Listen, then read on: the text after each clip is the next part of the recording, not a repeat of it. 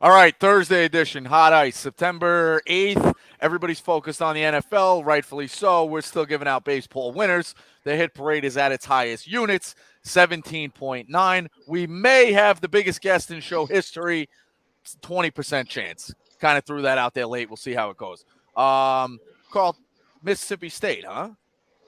Yeah, I thought I got a group text this morning with Brandon Walker on it, and I was just going to surprise him with the Mississippi State hat that he bought me.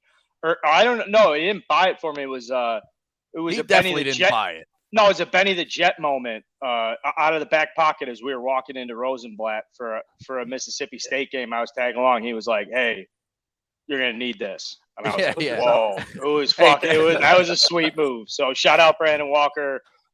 We had a great time on that trip. Also Mincy, but this was for Brandon because he was on the group chat. But yeah. he's not here, so whatever. So perfect segue. That's an all-time insert. Hey, you got an insult in a baseball movie, Sandlot. Hey, you got a fireplace? Throw that hat in there. Just an all-time from Benny Rodriguez, coolest guy.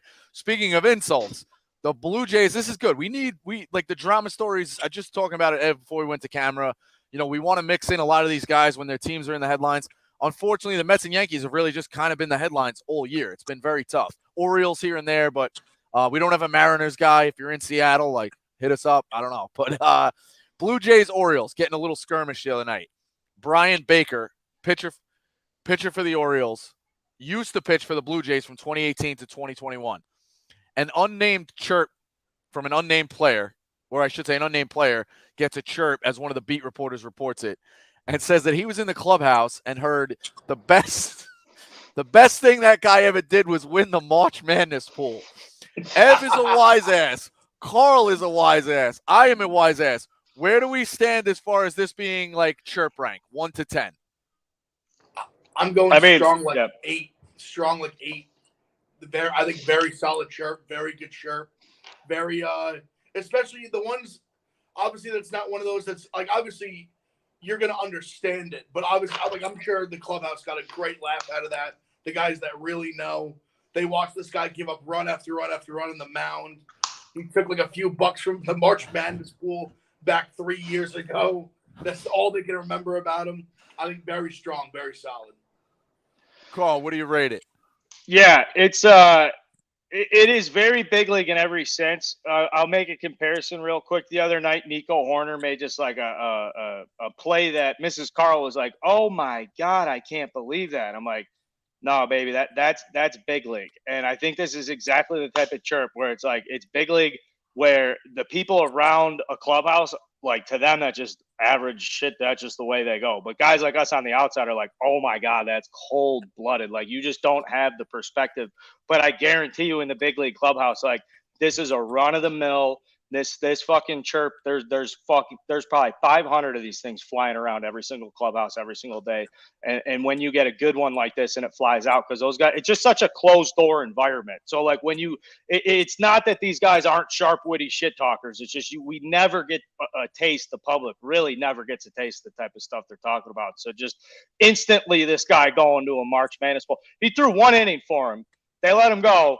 And he's pumping 99 cheese for the Orioles. So why is he talking shit to the players too? It's like, dude, call the front office, call the GM on the way out, call the scout that sold you down the fucking river. Call your agent. Yeah, it makes sense. You talk about the elite shit talking. This one's good. Moustakas still might have had the best one of the year, and it had nothing to do with fucking baseball. He shit talked Stephen Che when he said, "Hey guys, couple of questions," and he goes, "Couples too, buddy." Like, so Moustakas is all time with that. I would pay very, very much money to get in, a lot of money to get in that group chat and not like have a feature where I'm not allowed to reply or like nothing. I just get to be a fly on the wall and watch that happen. The other part that stings with this too is like this is such an elite chirp of like hurting someone's feelings because it's like you don't belong with us. Like the best thing you ever did, you won a fucking March Madness pool. Like, you know what I mean? Like the only other thing I think could be worse is like they're like, I used to walk by, you had a really neat locker, like always organized, like something like that. Like just fucking sticking it to him. So I will say too, you got to be a dick to have like that level of disrespect then, because for the most part, my understanding is these guys all just like have a baseline level of respect. Like no one's really no one really dislikes anybody. Like, to have that in the chamber ready to go. That Baker guy probably was like a marked man in that Blue Jays clubhouse. Like, get this boner out of here. And he looked like a boner. I'll say that. He looked like a boner. He did. It makes sense. And again, like you said, why be mad at the team? It was stupid. Speaking of assholes in baseball who aren't really involved in baseball, Doug Gottlieb lied about Freddie Freeman. Had to admit it. History was right once again. Are we going to get banned from this platform? Do we need to start? I don't know. Yeah, on a tape delay here, Marty. I posted the TikTok 2 times, or now 3 times. First 2, bullying. They took it down. I guess you make fun of the way somebody puts on their shorts. They ban you. They silence you. Welcome to Joey. I'm not gonna say it. I don't want to get banned again, but it's a different America. Maybe that's all I'm saying. Ev, what's the deal, man? I mean, like I sat on this quietly and only dunked on him when I knew I had the alley-oop. This was Rico Bosco up to the plate, 450 dead center, absolute missile tank, no doubter. Outfielder didn't even flinch. The center fielder, he just looked up at it. Pitcher didn't even turn around to look at it. He just grooved. He said, "Oh God." I mean, you got him fair and square. The guy's a fucking rat snake. I mean, you can't go. I mean, to my understanding, I guess you would correct me if I'm wrong. To my understanding, he basically butchered this relationship between agent and player, made a distrust. He ends up firing the agent, saying that there's no that he basically kept from this final Godfather offer, if you will, from the Braves, which apparently, obviously, now we know wasn't true. I mean, you can't do that. I mean, you made the agent look like a total scumbag in an industry where they're I'm sure some of them are. I mean, if I'm Casey Close, that's the agent's name, right? Casey Close. Yeah. If I'm the agent, I'm suing the fuck out of Gottlieb. I think he is. I thought he was. I think he. Not? And I'm like, yeah, I think he is. And I'm not a big sue this guy, sue that guy. I mean, when your job is an agent and you need players to be able to legitimately trust you to move forward in your career and have success, you can't have scumbag journalists like Doug Gottlieb out here saying that you're like hiding offers from one of your prized clients. Yeah, and more so when you walk in a room, you do not want franchises like the Atlanta Braves who won 29 fucking divisions in a row from us in the 90s, and the LA Dodgers who are a powerhouse and have story, to walk in a room and go, "Oh shit, we got to deal with fucking this guy again," or like worry like what's he saying behind the, like, I don't know, he could whip out his phone in a meeting and they'd be like, "Oh, what's he got, a fucking recording device? Who's he texting? Is he chopping the bid?" Like, that puts him in a really, really tough spot. Carl, you probably touched on this a little bit with Arrieta, or maybe he plays that close to the vest. Like, I know you kind of thought it was a conspiracy, like Freeman was in on it. We know what's, it's just the Gottlieb factor. And the last thing I'll say too, Carl, you can, and then kind of unpack it. Why is he getting involved with this? This is like if I was like running around being like, "Oh, Ev, I heard I got an inside scoop up in fucking, upstate. Like, it's really corrupt." Or, "Carl, you guys are stealing the waters out of the Chicago office." It's like, dude, what do you know about any of those fucking topics? He's not involved in baseball. He's a journal. Like, what are you, just looking to be a newsbreaker guy so everyone could credit you? Like, why was he doing that? Yeah, I got 3 things in response to this. I've been stashing these takes. I love this stuff. The Gottlieb, I mean, a real passionate intersection here for you.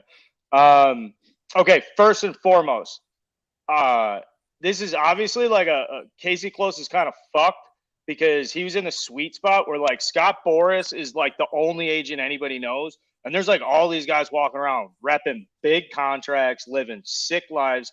And then for him to just like wake up one day and be like, "Wait a second, Doug Gottlieb is saying what about me?" And then Freddie Freeman, of all people, a historic relationship, and these accusations that like, "Yo, we wouldn't let you know about the Braves offer so that you could end up in Los Angeles."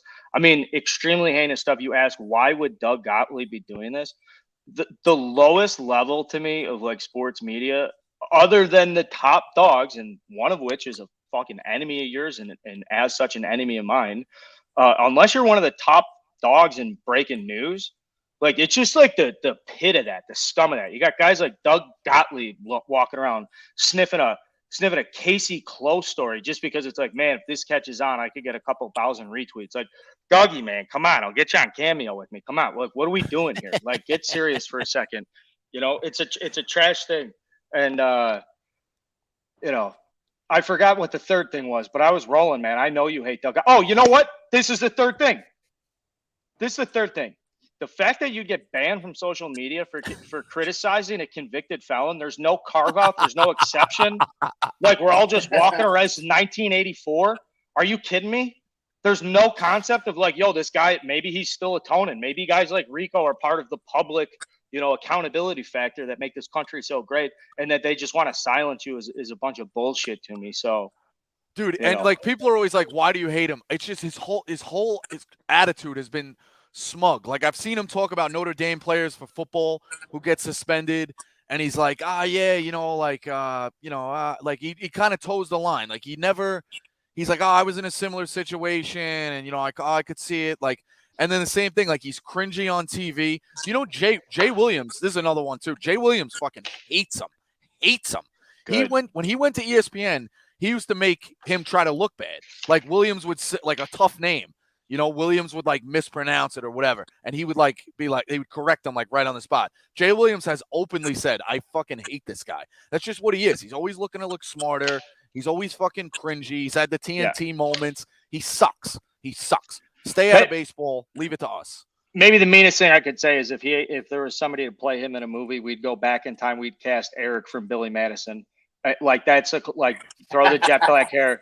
That like sniveling laugh, like, like that's just an all-time disgusting character. The second you lay eyes on Doug Gottlieb, you're like, ugh.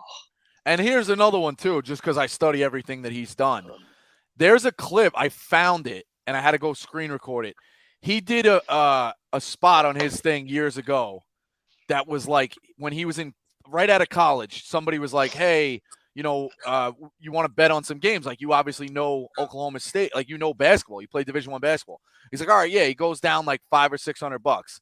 He goes to the ATM, takes the money out to pay the guy, and his girlfriend or his wife at the time is like, why'd you take out that money?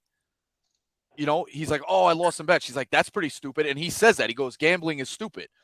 Recently, he's been pumping gambling stuff on his radio spot. So it's like, which one is it, buddy? Just because you're writing the check, now you want to be involved? Like, he's a total fraud. I have no time for anybody like that. So we're towing a line there of, you know, what I can say and what I can't say. But either way, he's a fucking piece of shit.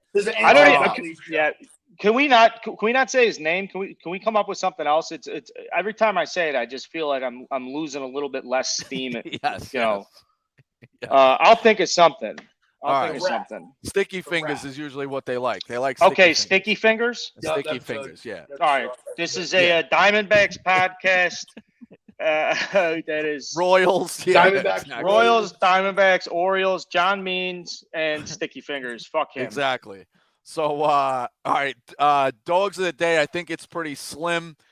Again, I would not be surprised. You know what? I'm gonna go last because I definitely think somebody else has this on the board. So, and I don't have much on it other than the price and the name and the number. So I'll let guys go. Ev, who's your dog of the day? All right, so obviously, like you said, limited slate today. I think we only got about 7 or 8 games or so. I'm going with this one pretty much because the one team I think is just in a free fall right now. I'm taking the Giants in game 1 of the doubleheader. They're plus 170. I've been an anti-Brewers guy for a while. It's nothing personal to them. Love the city of Milwaukee. Nicest people in the world. Their baseball team just isn't very good, and they're falling off a cliff. I don't know. I just think if the Giants give me 170 here, it's kind of like instead of riding the hot hand, I'll fade the hand that's fallen. So in a small slate, one big number, I'll take the Giants plus 170. Carl, which way are you going? Big Ev, underrated delivery at all times. I don't know if you get enough credit for it. Just great to the point. Makes me laugh. Okay. I have a tip that Dylan Cease was very mad after the no-hitter, like more mad than you would probably think, the almost no-hitter, because it's like, I've also been talking about Dylan Cease climbing the AL Cy Young Award watch list. Yes. And it's just going to get more interesting because even in the games he doesn't pitch, if the White Sox win and they're more in contention, then the more so like there's obviously a lot of buzz around his next start anyway. So This is my long-winded way of saying I'm taking Dylan Cease tonight over 8.5 strikeouts plus 162. There's blood in the water. The A's strike out a ton. Dylan Cease is a very grounded, earthy, cool dude who's in the middle of a West Coast trip. You'd say, hey, man, I don't like a Midwest guy going out to Seattle and then having gone down to Oakland all the time. I'll guarantee you he is having the time of his life walking around the redwood forest, holding hands, fucking thinking about a poem. Like he's definitely the type of guy that loves the fact he's going to go out. And it's going to be one of those stadiums, obviously completely empty.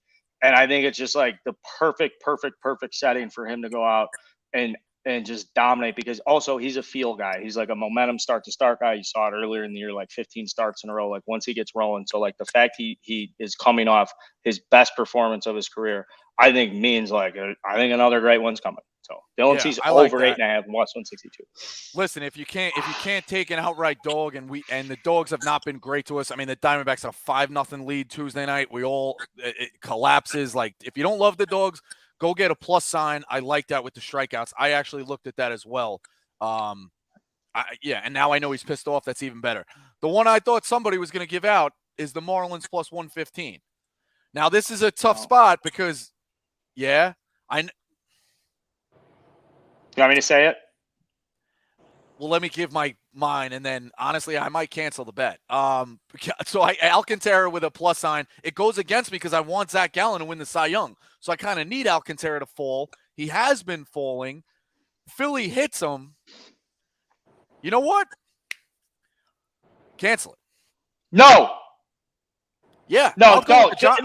Listen to me first. Listen to me first. Just let me first. The shine on this guy is very much from fucking May and June, and yes. I don't mean any disrespect to the clear front runner for the National League Cy Young and a superstar to be for many years to come.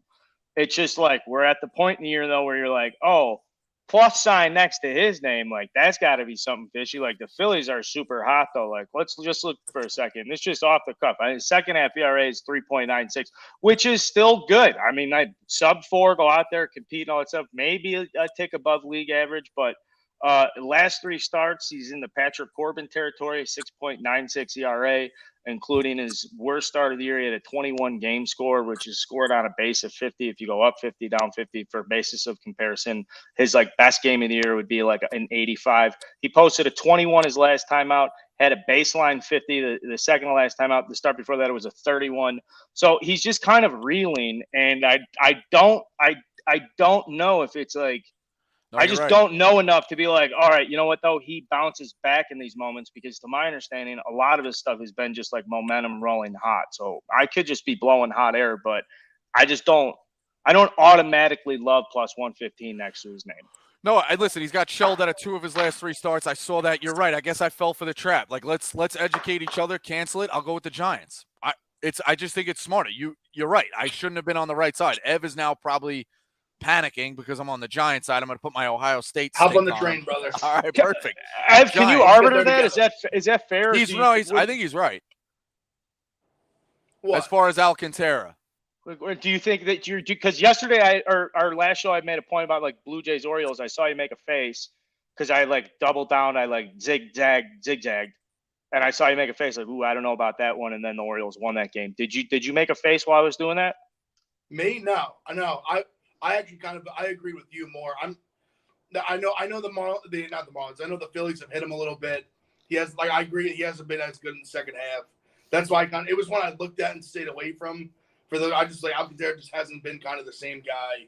Kind of the end of the year, the team's not hitting either. That's been well documented. They've been atrocious offense in the second half, and the Phillies are just hot. That's kind of why I've been going more ride the hot teams right now, kind of going against the bad teams. That was pretty much why I went with the Giants, and just that the slate's not very big. So, I mean, that was really my mindset more than anything. I'm just kind of fading the Brewers. Yeah. But no, I agree with you, Carl. He doesn't strike. His strikeout prop's 5.5. It's a bad. You're right. It's a bad bet. I'm out. I'm on the Giants. That's kind of why we do it. It's been a rarity, so I'm out on that. Best bet very quickly. 2 bad teams. I'm gonna chase the plus sign as well. I'm due for a plus sign here. I'm gonna go with the Reds plus 123. You got bad matchups. with the pitchers. This series has kind of been split. Reds won 7-1 yesterday. I know that's probably a zigzag. Just give me the Reds if I'm going to get a plus sign with two bad teams. And the other thing, too, is like the Reds, for as awful as they were, they're 2.5 games back or 2 games back from the Cubs. So what does that say about the Cubs? Not to rub it in, but like give me the Reds plus 123. I'm going to go that way. Carl, best bet. It's a parlay. I was looking at the Twins plus 123 because it's like the Yankees can't beat them every single time Sonny Gray's going out. He's put together a nice season. I couldn't do it though because the Twins literally just can't beat the Yankees. I do, however, like a heartbreaker. So I'm taking the Twins plus 1.5 minus 195 parlayed with Dylan Cease minus 200. This is it's one of those things where like I could just come in today and be like White Sox minus 200, can't miss bet, but then I would do that and then they would obviously lose tragically 1-0. So surprisingly enough, this parlay pays out almost identically to just taking the Twins money line. So we're gonna add the 1.5 to the Twins, and then I'm gonna throw Dylan Cease back in. Maybe not the sharpest thing, Ev, right? Maybe not the sharpest play, but like kind of a gut feeling here. So I just the 1.5 at that much juice scares me just because the Yankees, you never know. I mean, I expect those games to be low scoring. No disrespect. 4 through 9 on the Yankees are basically in the eyes of Sonny Gray are going to be like Jay. I shouldn't say it like that, but I think he mows tonight. No, I mean I think he hates the Yankees. He hates the Yankees. You're right. I mean, well, honestly, more I was going with the second half of yours. I hope it's the reverse. I hope it's 1-0 White Sox for both of our sakes. I took the I'm on the under in White Sox A's. It's under 7. I agree. The guy's been unbelievable this year. And JP Sears, who I really liked him, a young arm. He was a Yankee. We traded him over to the A's in the Frankie Montas trade. He was kind of a long relief guy with the Yankees. That was very, very good young arm. He's been starting for the A's. He's actually been fantastic as an A starting wise. I think it's under 7. I really like it. I think both guys pitch very well. I think this is like a 3-2 kind of game. I like under 7. All right. Pretty quickly, again, we're at the highest we've been to with the hit parade, 17.9. Limited slate tonight. We've done okay in the limited slates with the night games. I'm going to put in Carlos Correa for the Twins. Big bat. He's been pretty good. He's been pretty good this series.